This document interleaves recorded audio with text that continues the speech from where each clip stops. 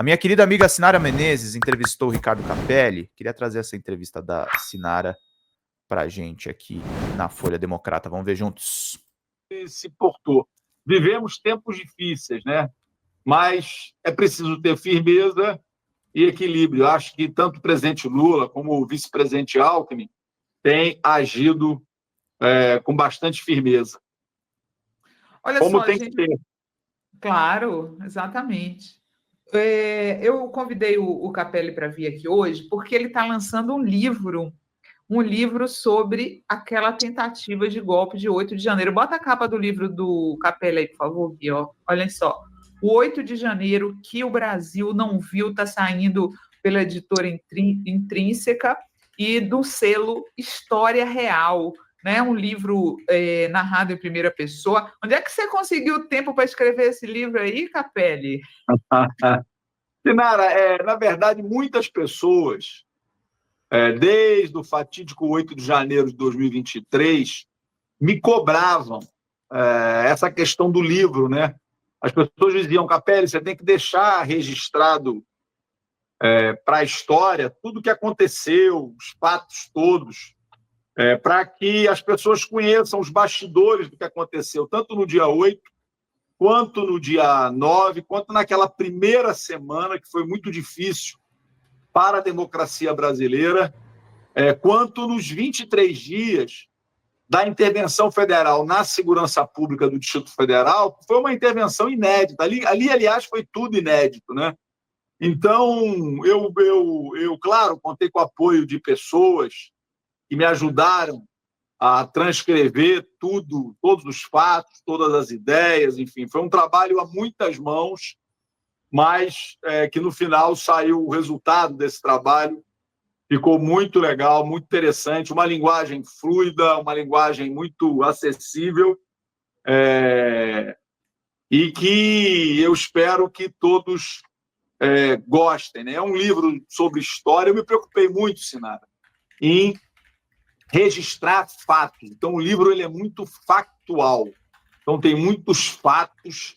Então, ele é um livro sobre história, sobre fatos e também sobre gestão de crise. Quer dizer, que decisões foram tomadas, por que foram tomadas, em que ambiente essas decisões foram tomadas. Enfim, então, é um livro que eu acho que vocês vão gostar bastante. Espero que gostem bastante. Muito bom, eu achei também, apesar do assunto ser pesado, o livro flui muito bem, né? É muito gostoso de ler. E eu quero começar comentando com você, Capelli, que eu fiquei muito impressionada com a descrição que você faz dos acampamentos, né?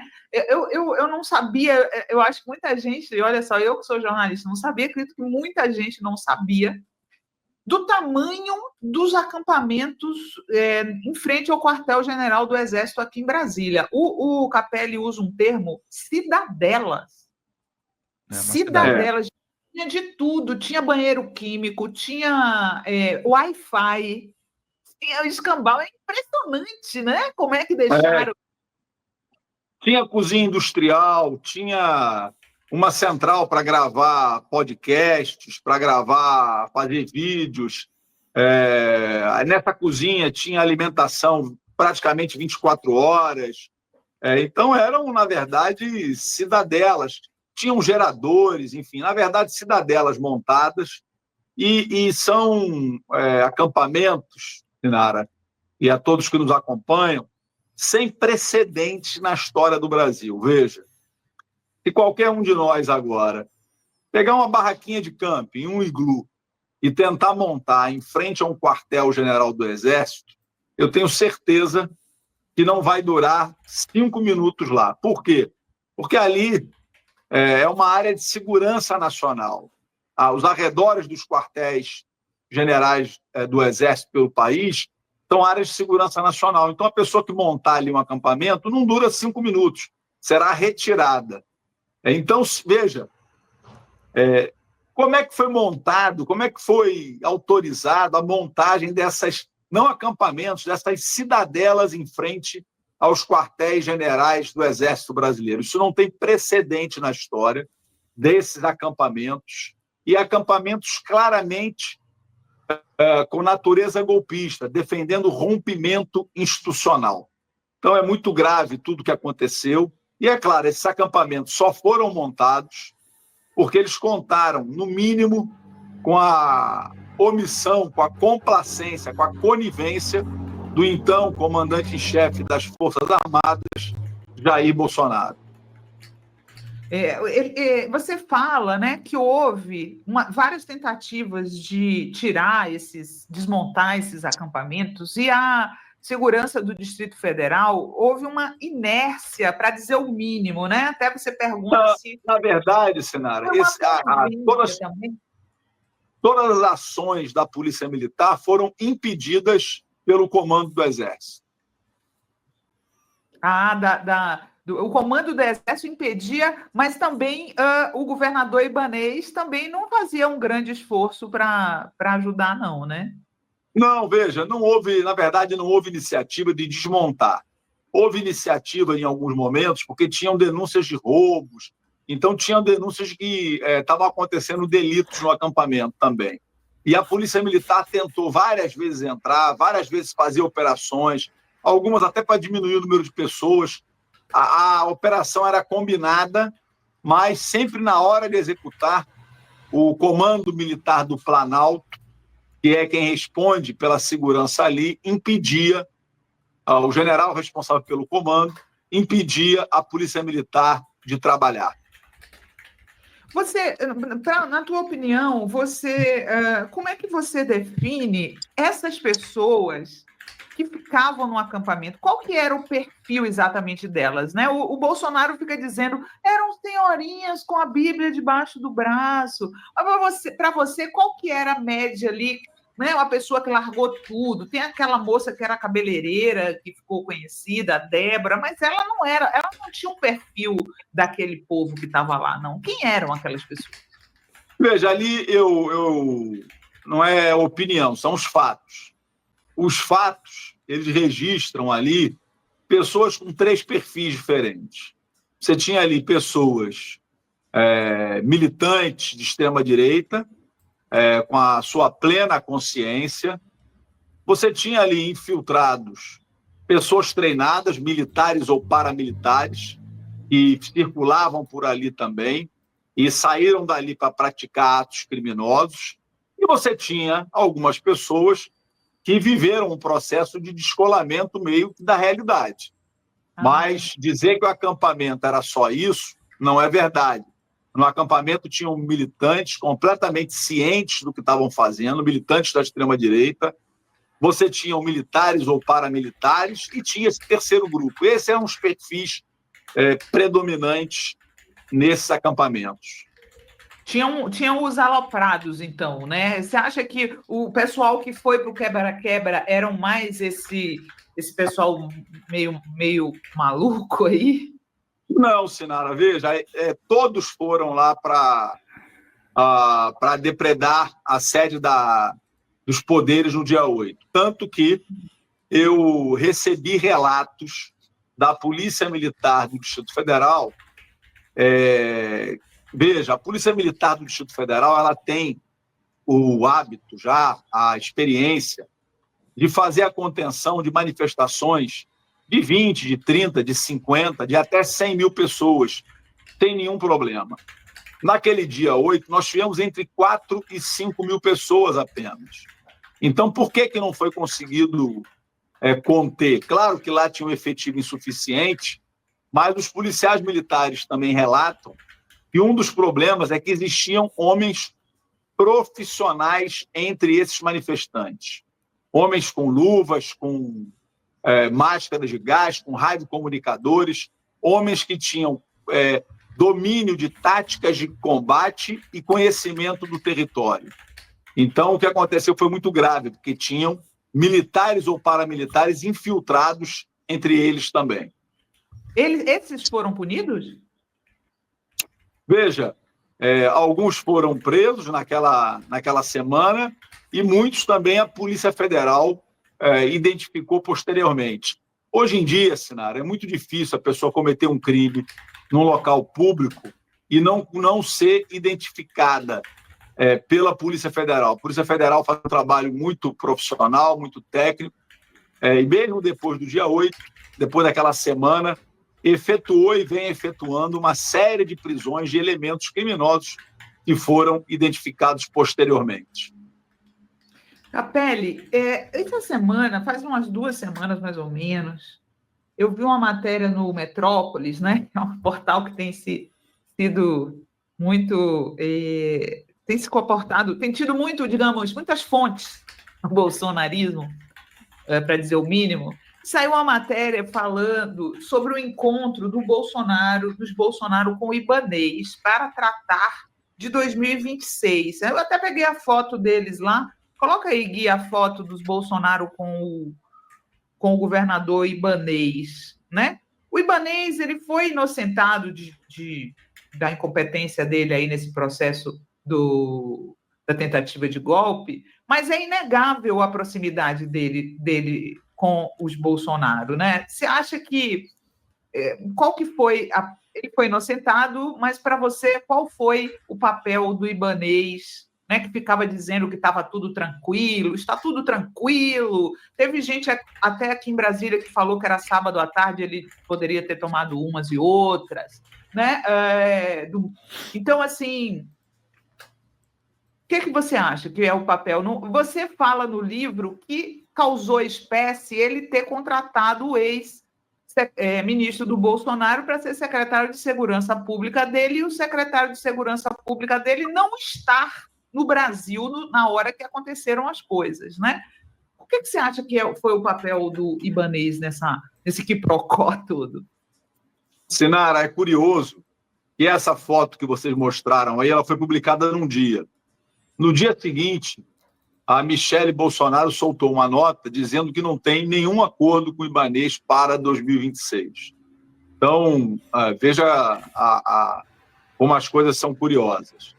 Olha, como eu disse no livro, Sinara, o Ibanez, no mínimo, ele tem responsabilidade sobre, e foi imprudente, quando da nomeação do senhor Anderson Torres. Veja, no Brasil, a capital federal tem a responsabilidade constitucional de cuidar da segurança da capital e dos poderes lá constituídos.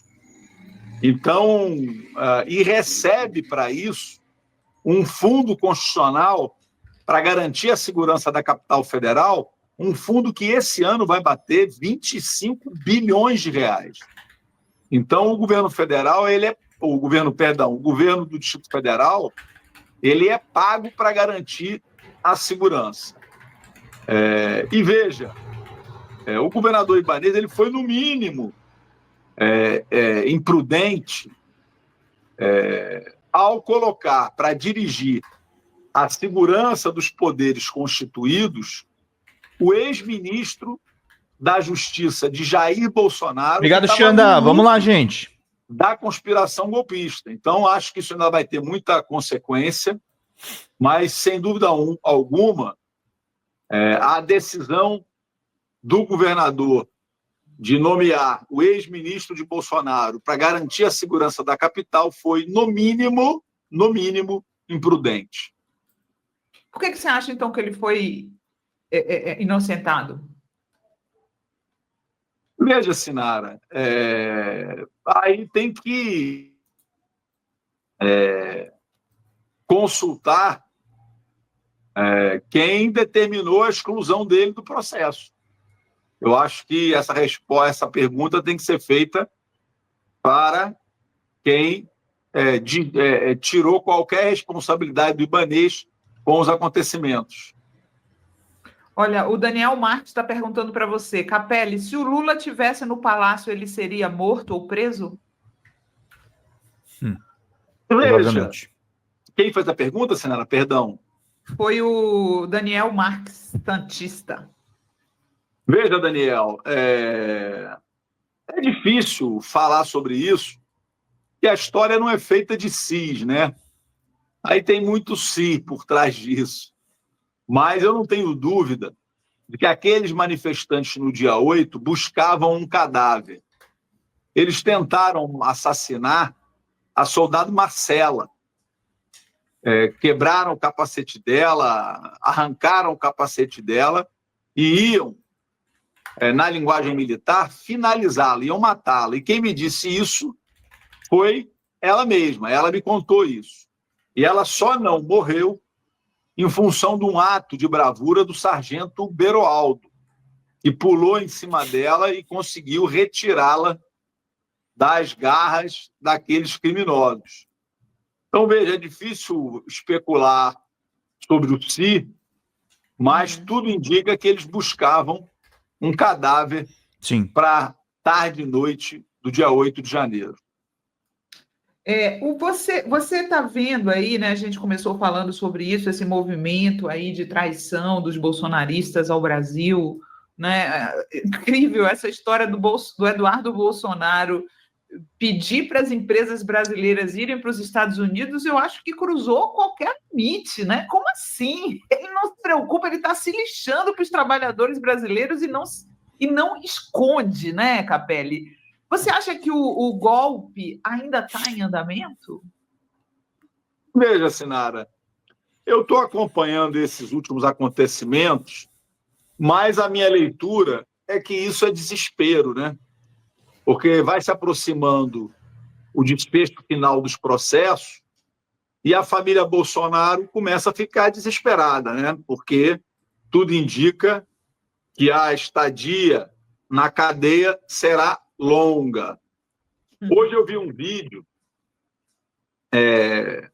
parecia um vídeo surrealista, né? Primeiro, vou comentar o que você falou. O vídeo do Eduardo Bolsonaro, para mim, aquilo é vídeo de bandido. Eu defendo, eu acredito que há elementos de sobra para decretar a prisão preventiva de Eduardo Bolsonaro. Eduardo, aquele vídeo dele é vídeo de sequestrador, de bandido. Quando ele fala, olha, ou você faz isso ou vai piorar. Ou você vai fazer isso ou vai piorar. Isso é coisa que é sequestradora que faz. Ou você paga o resgate ou eu vou matar a vítima. Quer dizer. Então, linguagem de bandido, expressão de bandido, na minha opinião, tinha que ser decretada a prisão preventiva de Eduardo Bolsonaro.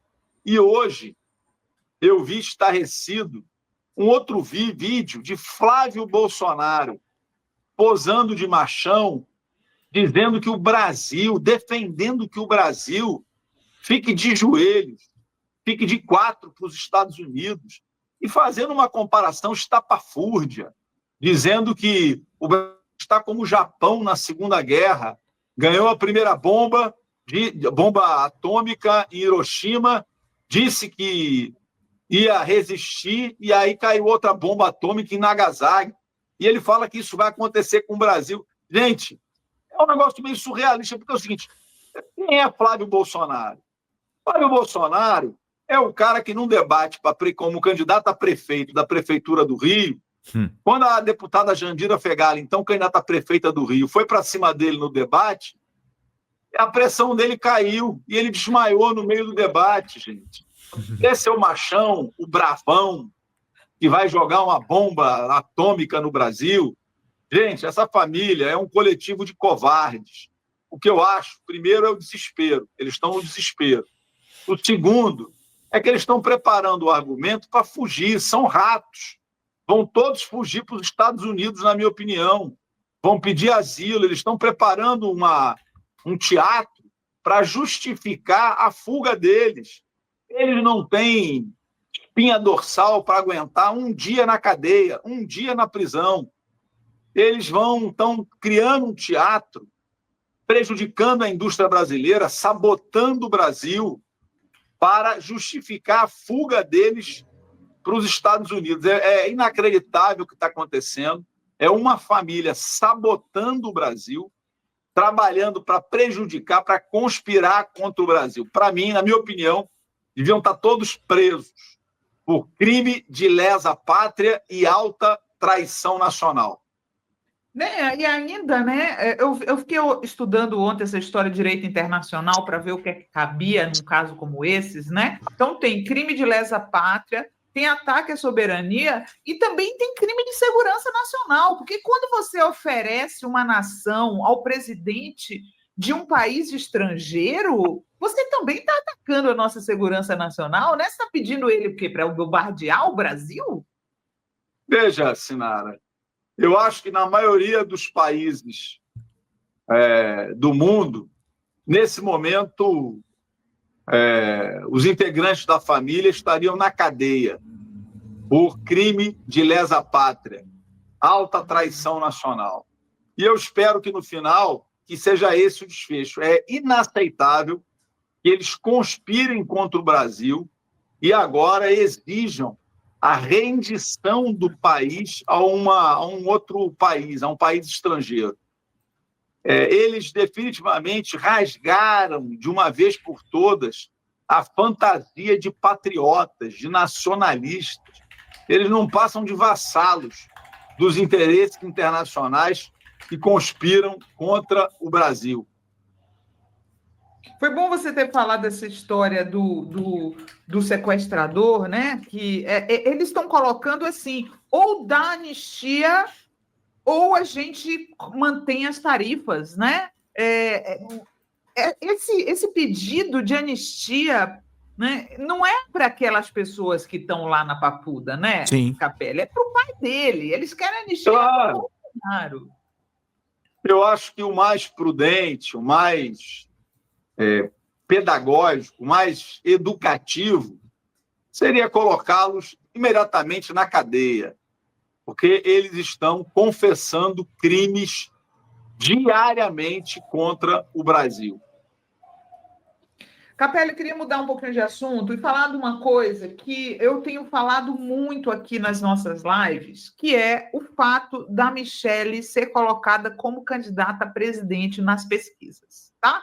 Nem mesmo o Bolsonaro lançou a Michelle. O único que falou que a Michelle podia ser candidata a presidente foi o Valdemar Costa Neto, e aí ela imediatamente entrou nas pesquisas. Eu, sinceramente, já falei aqui que eu não acredito que a Michelle vá ser candidata a presidenta e que ela tenha qualquer chance contra o Lula. Tem pesquisa aí mostrando que a Michelle ganha do Lula. Pelo amor de Deus, Capelli, pelo amor de Deus. Você não acha que essa inclusão da Michelle e nas pesquisas é uma maneira de inflá-la para a candidatura ao Senado do Distrito Federal? Veja, Sinara, eles, nesse momento, procuram uma saída. Porque, veja, há um fato objetivo. Independente da prisão, Bolsonaro está inelegível e continuará inelegível. Então, Bolsonaro não é candidato. Então, me parece que a extrema-direita, os radicais da extrema-direita, nesse momento, estão à procura de um candidato. Claro que, publicamente, eles têm que continuar dizendo que o candidato deles é Bolsonaro, mas todos sabem que Bolsonaro não será candidato. Então, acho que eles estão em busca de um candidato, né?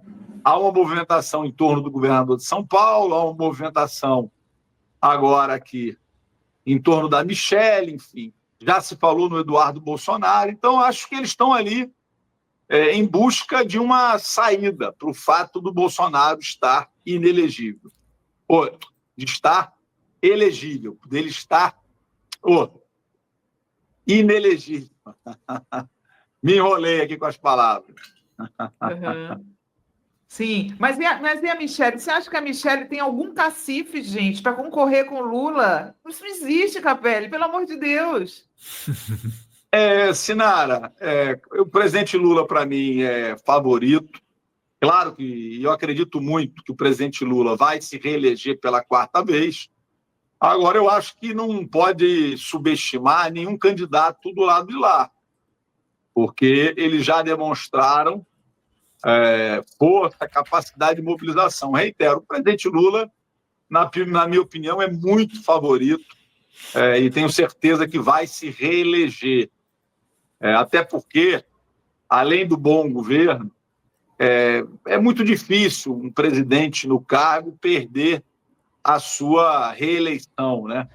Isso aconteceu com Bolsonaro após os inúmeros absurdos, as atrocidades, Ibanez tem culpa sim, viu, Maria Laura? cometidas por ele, né?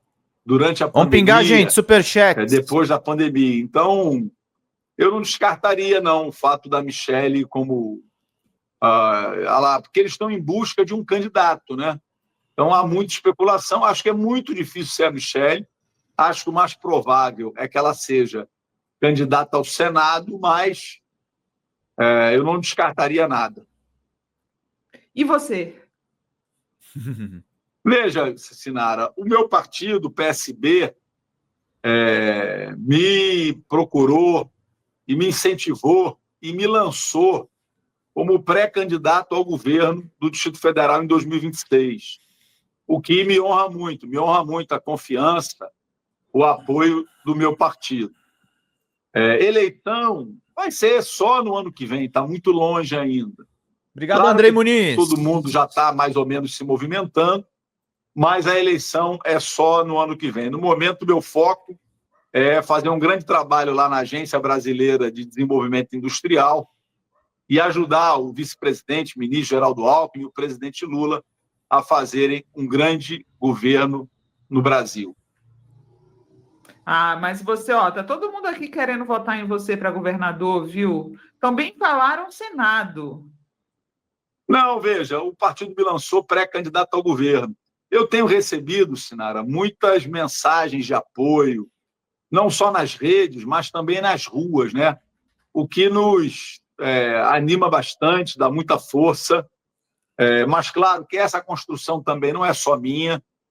Nós estamos dialogando com todo o campo progressista, com o campo democrático do Distrito Federal, para que a gente possa construir uma ampla unidade para aumentar a votação do presidente Lula no Distrito Federal e também eleger um governo progressista, democrático na nossa capital. Tem muita estrada ainda até o ano que vem, mas a gente tem conversado bastante. Então, mas eu fico feliz com todo o apoio que eu tenho recebido. Eu tenho visto alguns vídeos seus nas redes sociais, você tem ido morar em alguns satélites, né, para sentir como que é morar nas satélites. Você já está em Brasília desde 2003, é isso? Você já conhecia as satélites hoje, aliás, são chamadas de regiões administrativas, né? Então, as regiões administrativas, você já conhecia elas de perto? Como é que está sendo essa experiência de conhecer fora do plano piloto, né? Sinara, eu estou em Brasília desde 2003. Eu vim para Brasília para trabalhar no primeiro ano do primeiro governo do presidente Lula. Então, já são 22 anos. Nesses 22 anos, eu saí de Brasília 2 vezes. 3 anos para ser secretário do líder do PT, Lindbergh Farias, que era prefeito de Nova Iguaçu, e 2 anos para trabalhar com Flávio Dino no Maranhão. Então, são 17 anos morando direto em Brasília. Minha filha mais velha tem 14 anos, 14 anos nascida e criada no Distrito Federal. Então, o Distrito Federal é o local que eu estou há mais de 20 anos, que eu escolhi para viver, para morar, que mora no meu coração e onde eu me sinto em casa. E quando as pessoas começaram a me estimular a participar mais da vida política no Distrito Federal, eu fiquei com uma reflexão na cabeça. Mas será que eu conheço, de fato, o Distrito Federal? Se eu for participar, eu quero fazer bem feito, eu quero conhecer profundamente o Distrito Federal. Eu já conhecia, já tinha passado pelos lugares, não conhecia todos, e aí eu decidi, em dezembro do ano passado, que todo mês, a partir desse ano, eu ia passar uma semana morando em uma das cidades do Distrito Federal. Então, todo mês eu estou indo para uma cidade diferente, estou morando na casa das pessoas que me oferecem casa pelas redes, pelo Instagram, amigos, conhecidos, tem muita gente me oferecendo casa para ficar. E eu estou indo para as cidades, e aí durmo 2 dias na casa de um dia na casa do outro, 3 dias na casa do outro, e vou ficando. É completamente diferente você ir lá fazer uma reunião e voltar para sua casa e você ficar lá. Eu vou no domingo e volto no domingo. São 8 dias. Ficar lá 8 dias. Nesta semana, eu continuo trabalhando normalmente na agência, na BDI, só que eu libero o carro, motorista, e vou trabalhar na agência. E volto da agência de transporte público. Onde tem metrô, eu vou de ônibus. enfim, de transporte público, para conhecer, de fato, a realidade. E essa tem sido uma experiência muito enriquecedora para mim. Uhum. Por quê? Porque ela me ajuda muito como gestor público, como pessoa e como ator político. Então, eu tenho feito muitas amizades, tenho conhecido o Distrito Federal como jamais eu conheceria, mesmo se fosse numa campanha. A campanha são ali 2 meses, quer dizer, você não consegue ir a todos os lugares, conhecer todos os detalhes profundamente, como eu estou conhecendo agora. Então, em janeiro, eu fui para o Sol Nascente, em fevereiro, eu fui para Santa Maria, depois eu fui para a Estrutural, fui para Samambaia, fui para o Gama, e domingo agora eu me mudo para o Recanto das Emas e para o Riacho Fundo 2. E aí, nesses locais, eu visito os locais que têm problemas, eu visito os locais bons, conheço locais agradáveis, pontos turísticos, enfim. Então, eu faço uma imersão, converso muito com as pessoas. Então, tem sido uma experiência incrível, muito enriquecedora para mim. E vamos criando uma rede do bem pelo Distrito Federal, né? Acho que esse é um desafio do nosso campo, Sinara, a gente voltar para a base, para conversar com as pessoas, para ouvir os problemas reais. Eu acho que é por aí que a gente fortalece o campo democrático no Brasil. O pessoal está aqui te apoiando. Norci Araújo, bora governador. Eliane Ferreira, nós te apoiaremos e vou fazer campanha para você. Miriam Ramos, aceita a Capelli. Eliane Ferreira, torço pelo seu sucesso, quero ver sua filha linda e arrumada na posse. Zé Linda Soares, obrigado, Lia Santos. Parabéns pela entrevista. Silvia Nava, Capelli, governador do DF, é meu sonho dourado. Patrícia, vem Capelli. 150 faltando, gente. Obrigado aí a todas, a todos.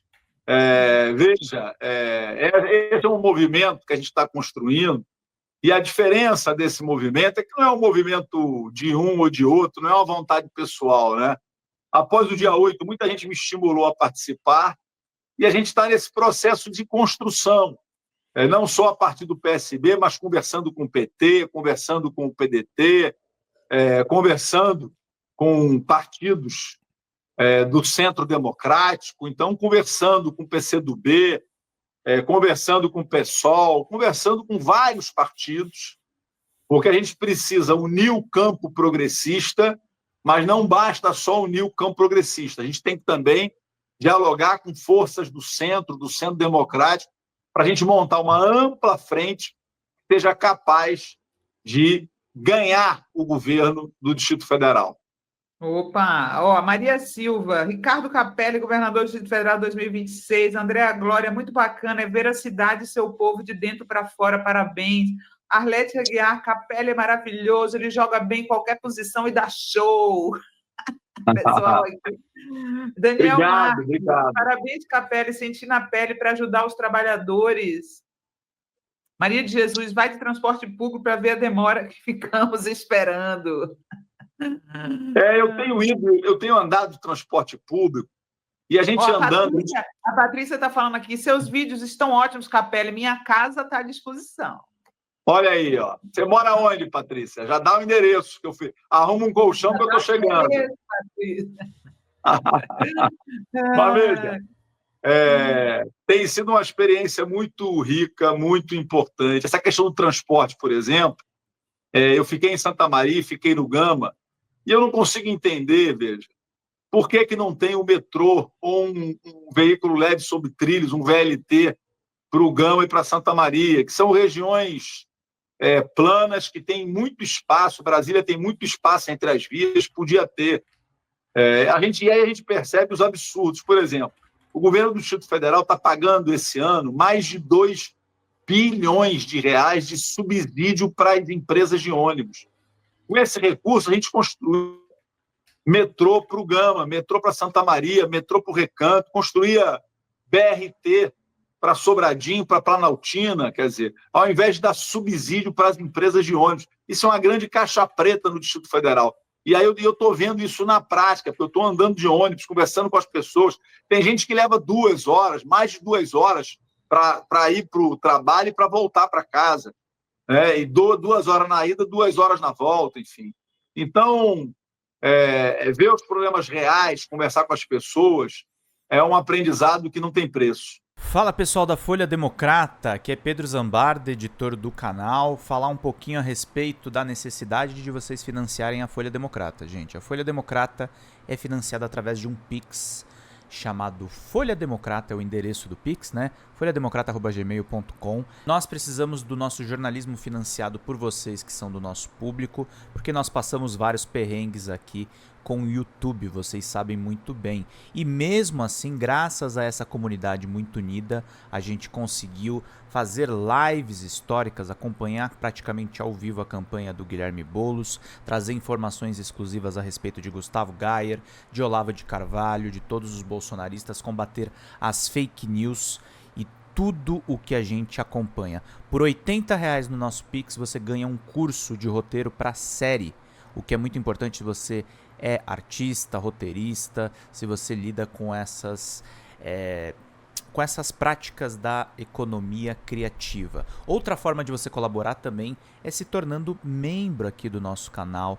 Isso é muito importante para você fazer as suas atividades por aqui, porque você tem acesso a vídeos exclusivos e nós temos um curso de jornalismo básico para você poder acompanhar a partir de R$5, que é ministrado por mim. A gente tem aí quase uma dezena de aulas e muito conteúdo para você poder acompanhar.